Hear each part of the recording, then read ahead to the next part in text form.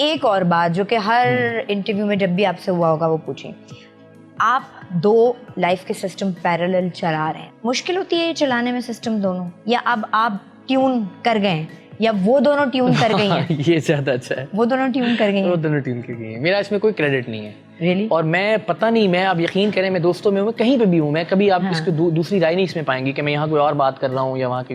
अल्लाह ताला का कितना शुक्र करूँ मैं, मुझे नहीं समझ में आता कि उसने कैसे रास्ते सीधे किए।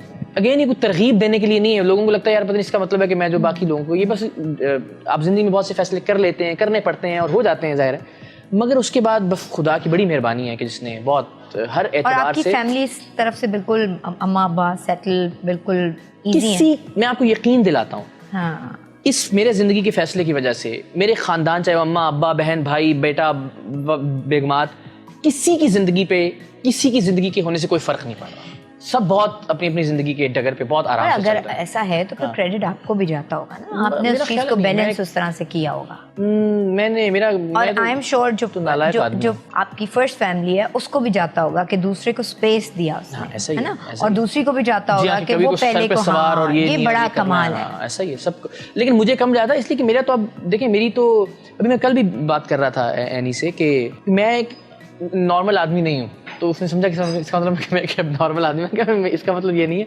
इसका मतलब ये कि मेरे काम की नौयत और वो सारी चीज़ें बहुत अलग हैं कि मैं अगर सुबह 9 बजे जाऊँ 5 बजे आऊँ तो फिर तो ज़ाहिर है मैं आम जिंदगी गुजारूँ, लेकिन अभी मैं, सच्ची बात है, मैं किसी का भी हक अदा नहीं कर पाता।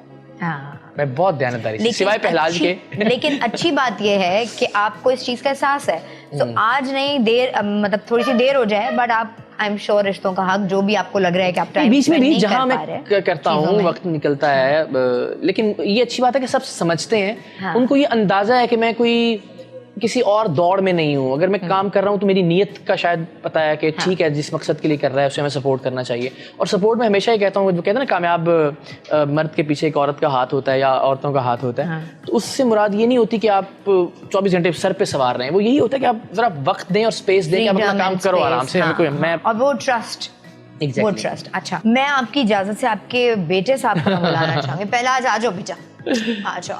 अस्सलाम वालेकुम। वालेकुम अस्सलाम। कैसे हैं आप? मेरे पास थोड़ा सा ऐसे चल। हाँ, ये तो माशाल्लाह, इसमें मैं क्या, सारे ये वो बच्चा है जिसका सारा पाकिस्तान आशिक है। अच्छा, मुझे जल्दी से ये बता दो, ये टीवी का काम करते में कभी अगर रिजल्ट्स थोड़े से मुतासर हो जाएं और अच्छे नहीं आए तो मामा बाबा का रिएक्शन क्या होता है? क्लास 3 में ड्रामे की शूटिंग के लिए गया था, तो कम से कम 27-28 डेज के लिए मैं एब्सेंट था। अच्छा। और मम्मा को मैसेज आया कि स्कूल से बाहर निकाल दीजिए अगर ना, क्योंकि मैं लीव लेना भूल गया था। मैं स्कूल में नया था, 5-6 महीने हुए थे। हाँ। और हम ऐसे ही चले गए।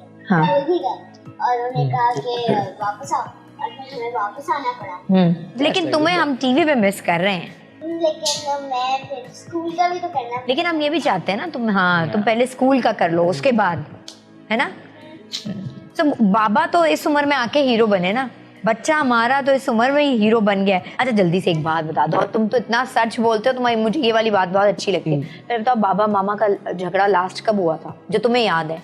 हाँ जी, कम से कम 2-3 महीने पहले ही हुआ था। काफी लंबा ऐसा हुआ है। मम्मा ने एक और मैगजीन शुरू करनी थी। हाँ, फूड के बारे में, फूड। अच्छा। और बाबा कह रहे थे नहीं, तो वो झगड़ा हुआ था।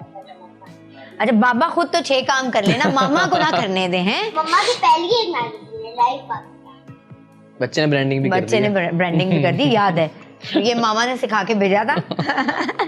अच्छा, तो बाबा के साथ ज्यादा टाइम गुजरता है या मामा के साथ? मम्मा के साथ, क्योंकि कभी कभार बाबा बर्फ कढ़ाई पे होते हैं और क्या कहते हैं, कभी कभार ऑफिस, तो ज्यादा टाइम मम्मा के साथ। क्योंकि वो पहले मम्मा के साथ भी थोड़ा काम हो गया था, क्योंकि वो भी अपने ऑफिस जाती थी। हाँ। और क्योंकि ऑफिस एक छत पे था, तो बाबा कभी कभार कहते थे कि थोड़ा डेंजरस है तो घर रह लो, ये वो, तो मैं घर रहता था। लेकिन अब क्योंकि वो क्या कहते हैं, छोटे से ही लोग थे मैक्सिमम के, तो मैं अपना ऑफिस घर में शिफ्ट कर दिया। ये तो बहुत अच्छी बात है। So how do you feel as father कि बच्चा माशाल्लाह इतना ब्राइट, और ये एक बड़ा चैलेंज भी है, देखें आप जैसे फादर के लिए जो ऑलरेडी लाइमलाइट में है, कि बच्चा, हम इस वक्त बड़े इस एज में ख़ास तौर पर अपने बच्चों को बहुत उस वाली मतलब एक ऐसे बस सब कुछ दे दें और सब कुछ बता दें और सब कुछ आ जाए, फिर ऐसे वक्त में आपने इसको लाइमलाइट में आने दिया, वो कितना टफ था? अच्छा खैर हमारा ना बड़ा, हम हर चीज़ के बाद ना मैं और एनी बैठ के सोचते हैं कि यार बस ना इसका ही अब आखिरी है, अब नहीं, क्योंकि ना थोड़ा अपनी ज़िंदगी में गुजारे और वो, लेकिन फिर कुछ ना कुछ ऐसा हो जाता है कि ज़ाहिर सब चूँकि जानने वाले हैं, दोस्त हैं, ड्रामे के लिए भी हुमायूं भाई ने कहा तो फिर हमें ज़ाहिर वो एक एहतराम कैसा उनके साथ हुआ है कि मना नहीं कर सकते थे। तो बहुत सारी चीज़ें जो हम वो इस तरह से कि चलो बस ये अब आखिरी, अब नहीं, चलो बस ये आखिरी, अब नहीं, तो हर बार ये करते हैं।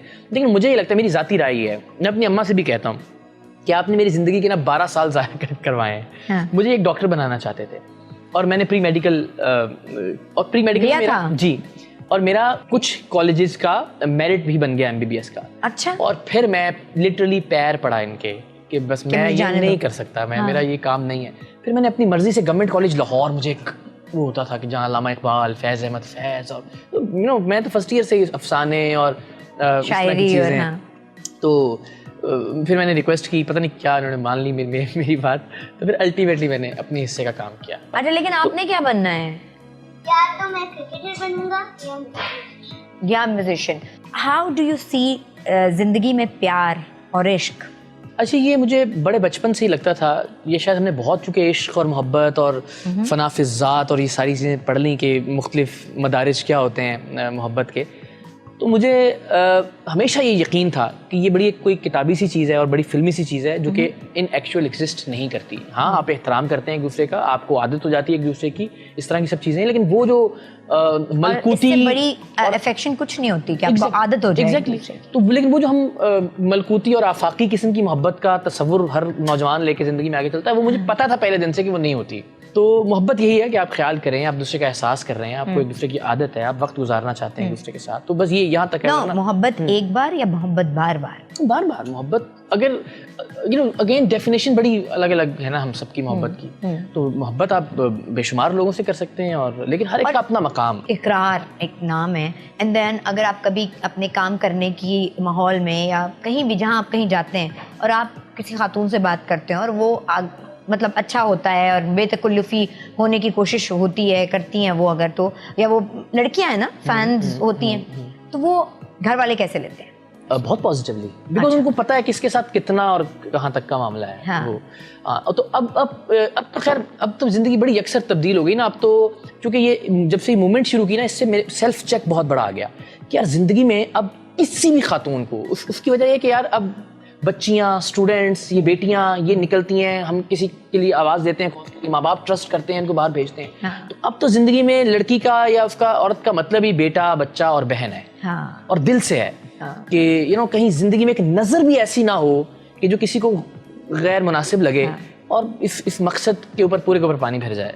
तो अब तो एक सेल्फ चेक वो भी उस तरह से आ गया, तो जिंदगी बिल्कुल बदल गई है। लेकिन ये फेज बड़े मजे का होता है लाइफ का, जहाँ आपको बेटा, बहन और वो वाली कैफियत आने लगती है। तो आप खुद को बहुत अच्छे लगते हैं, बहुत अच्छे लगते हैं आपको, आपका अपना वक़ार आपके सामने बहुत बढ़ जाता है, क्योंकि हमारी जो इधर है ना, हमारी तरबियत उन हाथों और उस तरह से हुई है कि वो हम उस माहौल के लोग। Exactly. Thank you so much. आपका शुक्रिया। बहुत अच्छा लगा। अजीबोगरीब हो, लेकिन दिल की बात नहीं आपने। पहले मुझे ये बता दें कि ये मेरा बड़ा ख्वाहिश थी आपके प्रोग्राम्स देख देख के, ये सरेआम देख देख के, कि इस बंदे को मैंने कहीं पकड़ना है, पूछना है कि ये कब से तकरीर कर रहे हैं। अच्छा, मेरे इससे पहले कि आपके सवाल के जवाब दूं, बहुत शुक्रिया मौका देने के लिए। एक पता नहीं आपको याद होगा या नहीं, ये मेरे लिए मेरे करियर का आपके साथ बैठकर इस तरह से इंटरव्यू देना एक बड़ा अहम संग मील है। और वो इस तरह से कि पहली जिस मशहूर शख्सियत ने मेरा हौसला बढ़ाया था वो आप थी। आपको आई एम श्योर कि आप शायद ज़हन में भी नहीं होगा, आप दुबई आई थी। जी हाँ। आप दुबई आई थी और हम तब न्यूज़ एंकरिंग किया करते थे, मैं और वसीम बादामी। और आपने न्यूज़ एंकरिंग वहाँ से हो रही थी। एग्जैक्टली। और आपने तब आप मॉर्निंग शो है डॉक्टर शाइस्ता, तो हमारे लिए बहुत अभी भी है और उस वक्त भी बहुत काबिल एहतराम थी। आपने पहली बार कहा था कि तुम बहुत अच्छा कर रहे हो तुम दोनों लोग काम, और हमें लगा था कि यार वाह, अब जो है ना वो मतलब जान आई है काम। क्या बात है। कभी कभी देखिए, मेरे लिए बड़े एहसास की बात है आपके सामने। थोड़ी सी इस तरह की बात जो है एग्जैक्टली वो आपको याद भी नहीं। और ये आपसे हमने सीखा कि फिर किस तरह से बाकी जो आपके बाद आने वाले लोग होते हैं, आपने किस तरह से उनको हाथ पकड़ के लेके चलना होता है या उनका हौसला बढ़ाना होता है। उस मूवमेंट के लिए शुक्रिया। चलें, बहुत बहुत शुक्रिया। और इस मूवमेंट के लिए शुक्रिया कि आज वैसे ये बटकराही का आइडिया, खुद बहुत शौकीन है खाने के या अच्छी कढ़ाई को मिस करते थे? नहीं, देखिए मुझे लगता है कि कराची की बहुत सारी कढ़ाइयाँ बहुत अच्छी हैं, लेकिन वो एक चीज़ थी जिसको मैं मिस करता था कि वो और डिफरेंट रेसिपी ऑल टुगेदर। यानी 7 दिन बाद 10 दिन बाद मेरा लाहौर जाना होता है किसी ना किसी रिकॉर्डिंग के लिए, किसी इवेंट के लिए, किसी और काम के लिए, तो ये हो नहीं सकता कि कम से कम एक डिनर वहाँ पे लक्ष्मी चौक में ना हो। तो ज़ाहिर उसको मैं मिस करता था इनिशियली। आप यकीन करें, कोई यकीन नहीं करेगा इस बात पे, मेरा ये ख्याल था कि ये कढ़ाई अगर आ जाए ना तो उससे मिनिमम या मैक्सिमम ये होगा कि मुझे और मेरे दोस्तों को खाने को मिल जाएगी यहाँ पे, बस। इससे ज्यादा कुछ और प्लान में नहीं था। तो अल्टीमेटली अब आ गई है कराची में माशाल्लाह। ये तो बहुत हमारे लिए तो बड़ी अच्छी बात है जो खाते पीते लोग हैं। अब जो खाते पीते नहीं है वो अगर ये कह रहे हैं कि मैं खाने पीने का शौकीन हूँ, आप देखें यहाँ पे तकरीबन वो सब लोग आए, फहद भाई, फहद मुस्तफा, डाइट के पागलपन की हद तक कॉन्शियस हैं। उस दिन हुमायूं सईद साहब की तस्वीर बड़ी वायरल हुई, कढ़ाई खा रहे थे वाली बट कढ़ाई, और वो उसके साथ कांटे के साथ रोटी के अलावा ज़ाहिर कार्ब्स बचा रहे थे। महविश हयात आई, अली जफर खा के गए, तो वो सारे लोग हैं जो बहुत डाइट कॉन्शियस हैं, लेकिन ज़ाहिर उसका टेस्ट ऐसा कि आप रेजिस्ट नहीं कर सकते। फिर मैनेज भी कर लेते हैं थोड़ा बहुत, फिर आपको पता होता है कि इतना भाग लूंगा, आपको बर्न कैसे करना है। ये तो है, राइट।